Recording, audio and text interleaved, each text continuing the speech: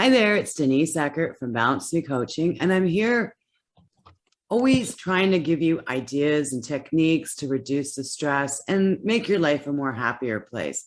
And today I have Radavie. Hi, Radavie. Hello there, Denise. And she's got a very unique topic for us today. Can you tell us a little bit about yourself? Oh gosh, I've come from a place where I understand stress. and then I walked away from my childhood. I put it in a closet or in a box, and I walked away thinking that I'm not connected with it, but it was always here in my mind. It was really funny.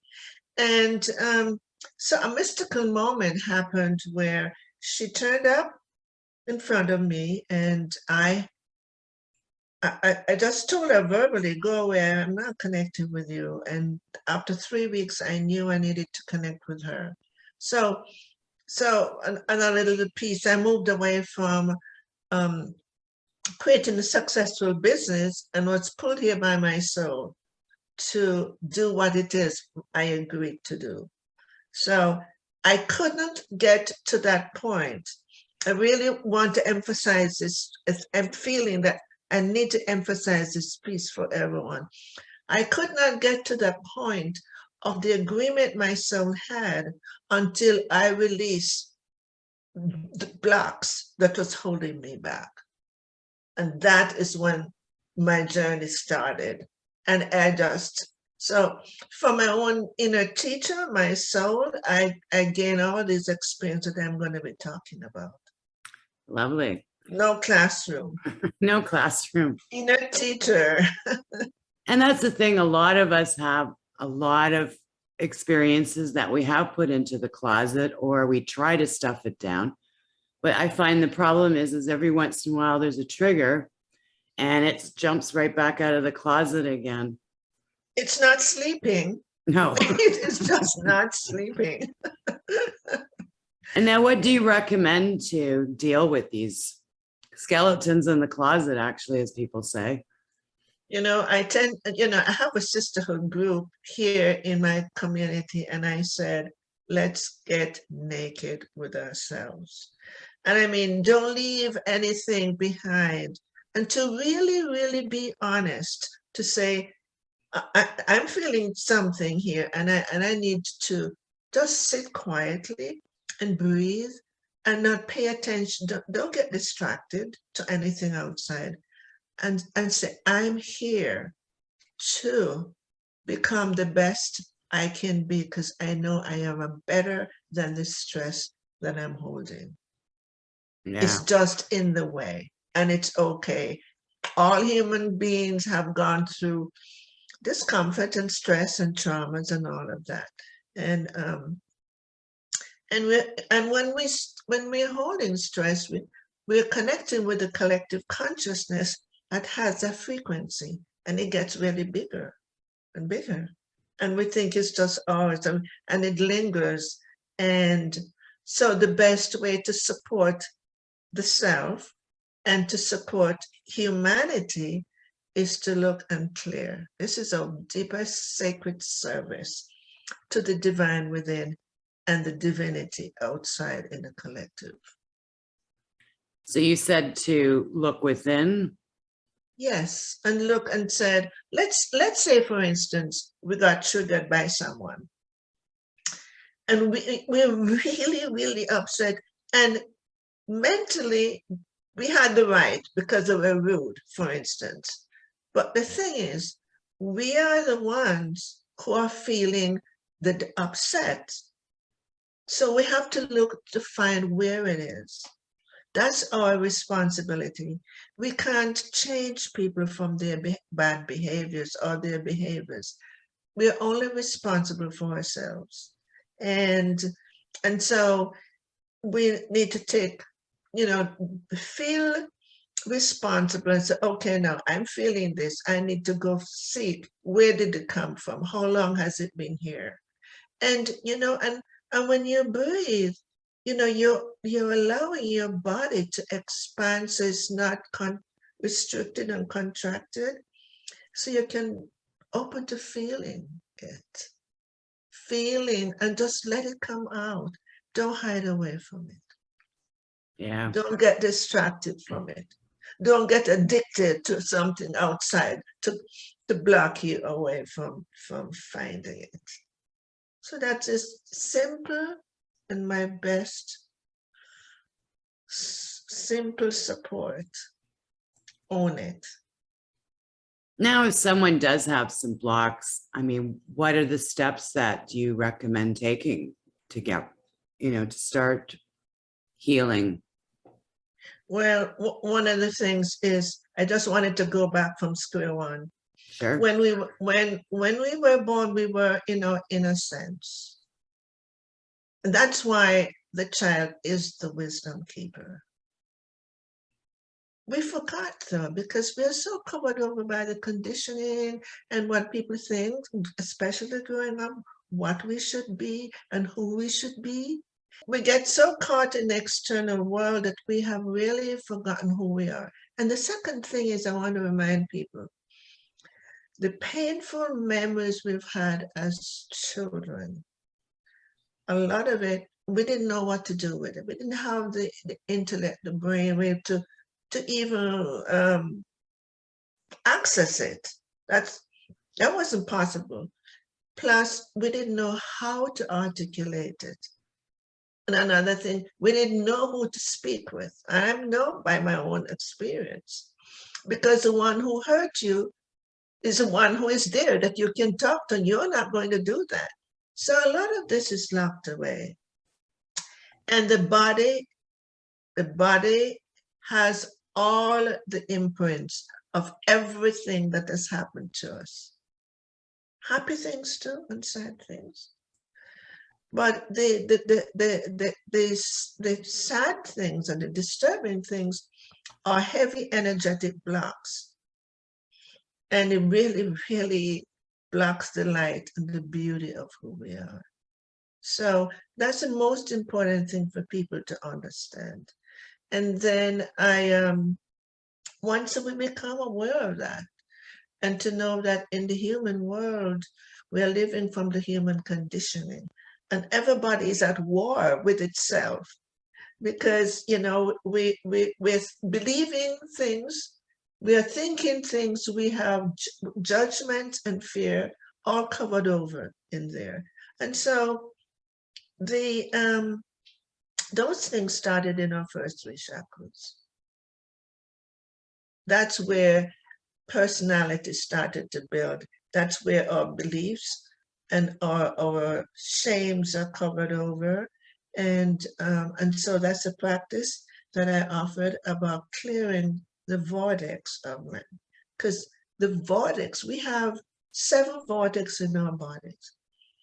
And those are the vortex of light that is connected to source. What a beautiful thing when we pause and think, this body is not just a physical matter, it's an energetic field, and just consider that the divine is in every chakra here. So that is why, I call it a sacred temple. Our body is a sacred temple. And once we breathe and feel that this body is a sacred temple, and I am responsible to take care of it. And this is what houses my soul. And my soul is here to learn, grow, and evolve. And also, some of the painful things we go through here is about remnants of the past. We're working out the karmic unfinished business. And that is very important for us to recognize, because we don't know what we did in the past, or we don't know how horrendous something was, that we blocked it and disconnected from it. So that's why sometimes we're stumbling in the dark and knocking ourselves, against the walls. It's because we needed to pay attention. Just pay attention to what I'm feeling. What is it? It's here to remind me of something. Yeah, so Yeah, I hid away from it for so long, my gosh. And what my learning and my experience is that I needed to connect my emotions with the memories. I had the memories, and there were behaviors of insecurity and left out feelings, and oh God. But once I connected the emotions to those memories, the only thing that's left here is the imprints. The only thing that's left here is the memories of what happened. It does not have the emotions anymore. Wow. And I can attest for that, because this is what happened with me. And I'm no different from anybody else. No, and that's why I do what I do. I just want people so much passionately to remember who they are, the wisdom keeper. So once you unveil all that, your knowingness start to come through you, that it's not from what you learned in school. It's not about a memory because, I know I got this. Doesn't mean you can't have that. But the knowing that bypasses the mind is here. And the wisdom, why do I say it's a wisdom keeper? That child is when we come into this world, we are still in the multidimensional realm. We have a sensitivity that goes beyond the five senses. We know when our parents are upset. We know what they're feeling. And we don't remember that we had that wisdom. We don't remember it because we're so scared of they're the guardians, they're the ones who take care of us, and we're a little child. We feel helpless to change what is around us. Yeah. Wow. So how do you connect the emotions to the memories? You have to sit, and you have to open, and you have to feel deep down. You have to leave your head 12 inches down to your heart. I call that. Go to your heart. Because all the wounds and all the painful memories are stuck here. That's another long thing to talk about. I call it the cave of the heart. Has many. It's a mystery lies in the heart, because it has fear, it has doubts, it has the wounded, the wounded pain. You've heard people say there's a wall around the heart. It's the blocks, and so it's about being kind to ourselves. And if we can't do that, or there's something very deep, find someone who you trust, that you feel you can sense their ability to help you. And I always tell clients, don't ever say yes to a facilitator just because they're excellent and they're referred to you if you don't feel comfortable with them. Walk away. It's your wisdom that's talking to you. Maybe it's not, it's not a vibrational match, and so go find help. We can't do it alone. We were never in this world to be a loner. Not, reach out.